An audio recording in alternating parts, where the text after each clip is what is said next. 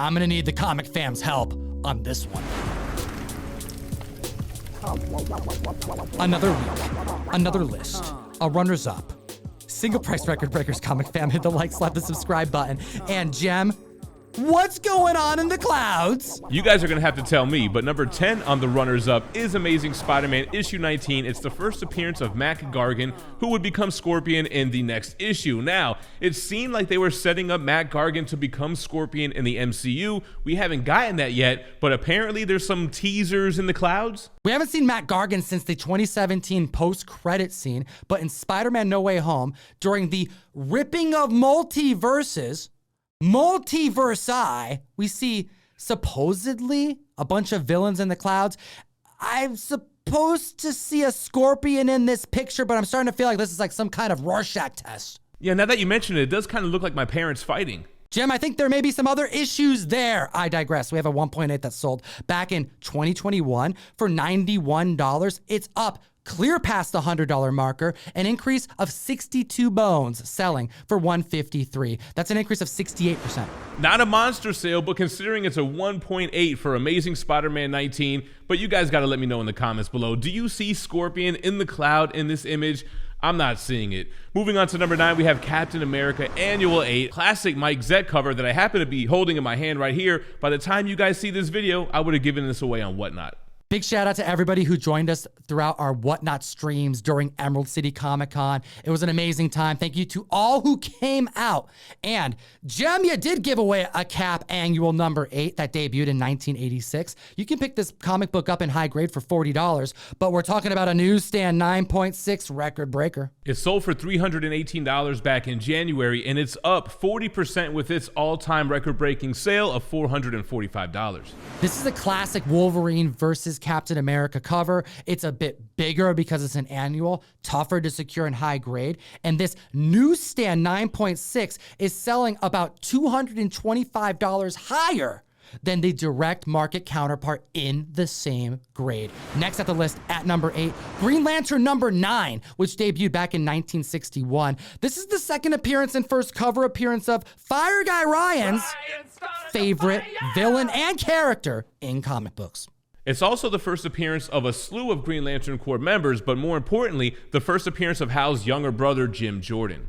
If Green Lantern somehow survives this slew of cancellation, these slew of characters are probably not what is worth specking on. It's definitely Sinestro and possibly Jim Jordan. I mean, if they introduce Hal Jordan's family, good chances we're going to see his younger brother. Which brings us to the CGC 7.5, breaking records here, selling for $433 back in December, up now 85%, selling for a smooth $800.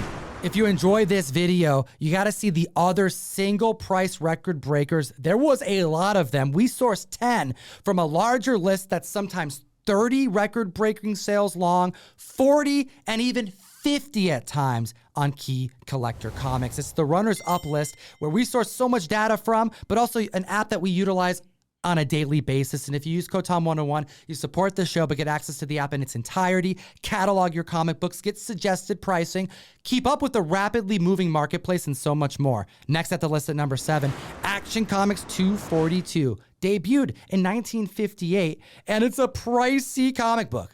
And it's also a double key. It's the first appearance of the bottled city of Kandor, which is Krypton's capital, but more importantly, the first appearance of Brainiac, a major Superman villain that we've yet to see on screen. If we get another Superman movie, which we will one day, it is likely that the bottle city of Kandor is going to be a Easter egg at best. However, Brainiac is a perfect villain, especially when you consider all of the other villains that we've already been introduced to in Superman lore. They've reutilized many of them.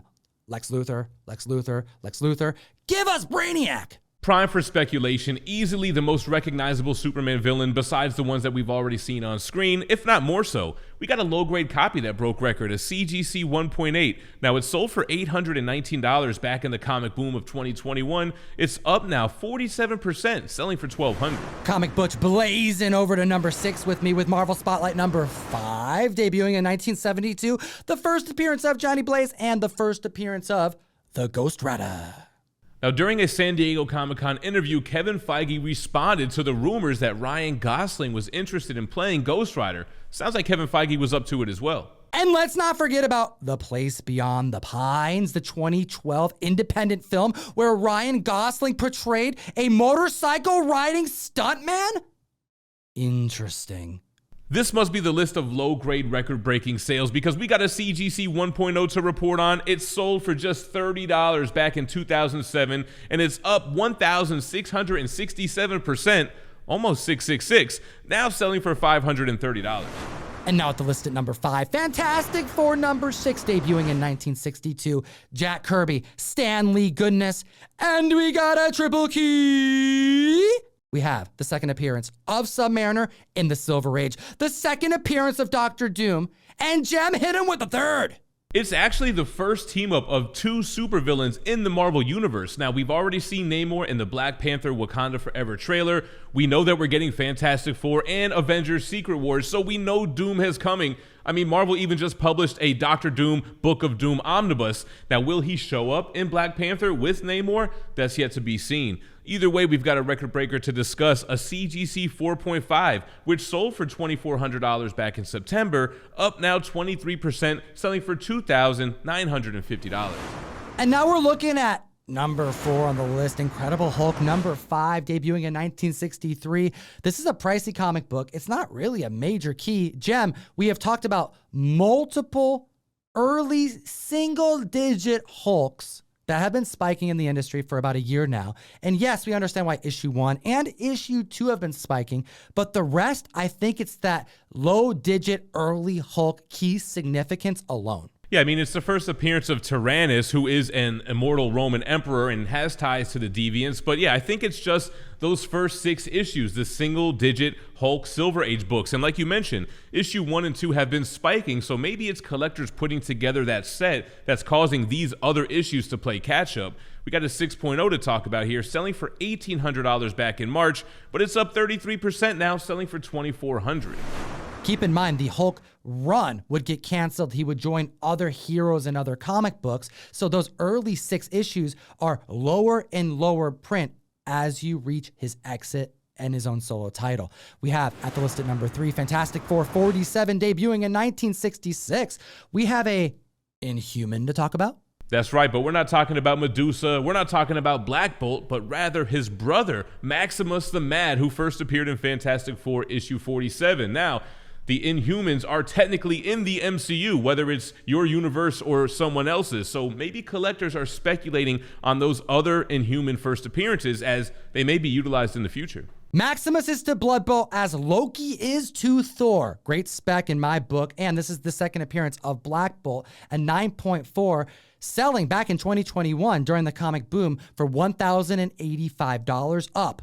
Since Doctor Strange Multiverse of Madness, a whopping 103%, breaking the $2,000 marker, selling for $2,200. Hot damn. Comic fan. Moving on to number 2 on the list, we're taking it back to the Golden Age with Plastic Man, issue 1 from 1943. Now, this is the first solo series featuring Plastic Man. We got some Jack Cole goodness, and I had the pleasure of flipping through a Plastic Man number 1 in a collection find this past week, but that's a story for another day. We have a 7.5 that we haven't seen hit the market in quite some time, back in 2014 for $56. Like ridiculously low, almost too low to believe. That was at least a few $100s back then. Well, for an increase of over 12,000% if we use those numbers. GPA has that reported, so we're giving you the info. We have a new sale of $7,200 this week. You know what's crazy? When the percentage increase almost sounds like a dollar amount, but I think it's one of those cases where that book just didn't come up for sale often, hence the 2014 last sale. But we did have a CGC 7.5 from the Promise collection that hit $10,200. If you like Plastic Man like I do yourself a favor and pick up DC versus Vampires, and go to a link in the description. Give me an excuse to send you comics every single month. 1 per box via ComicTom101.com. The September Mystery Mail Call is sending out 1 of 4 covers at random of my first Invincible issue 1 exclusive. We got John Boy Myers on a wraparound cover, comic fam. Join the community and get some comics from us. At the list at number 1, we have the first appearance of Loki. Journey 85, a high-selling record breaker that may change the landscape for all lower grades. You could call this a sextuple key because not only is it the first appearance of Loki, it's the first appearance of Balder, of Heimdall, of Tyr, it's the first cameo appearance of Odin, and it's the third appearance of Thor. Now keep this in mind, 2 years ago we had a high grade copy, a 9.6, the highest grade on the census, which there are only 4 of, sold for $53,300. Then we went through the comic boom of 2021. We have a 9.4 to report on. There's only 6 9.4s on the census, and it sold for more than the 9.6 record-breaking sale of 2020. 9.4 in 2017 sold for $31,070. This past week, for an increase of 151%, the all-new high, an increase of $46,000, we have a sale of $78,000. Hot damn, comic fan.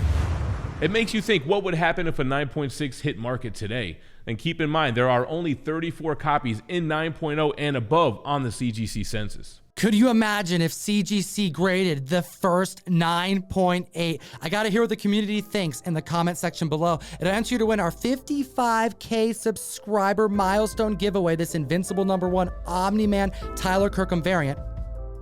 And as always, Geek responsibly and stay minty fresh. Enough said. Join myself, Gem Mint, and so many of my homies on the best new place to buy and sell collectibles. It's called Whatnot, and we do dollar start auctions that last as little as 15 seconds long. We do convention coverage as well, so if you can't make a convention, you can join it with us. We have 2 other videos for you to check out. We made them for you.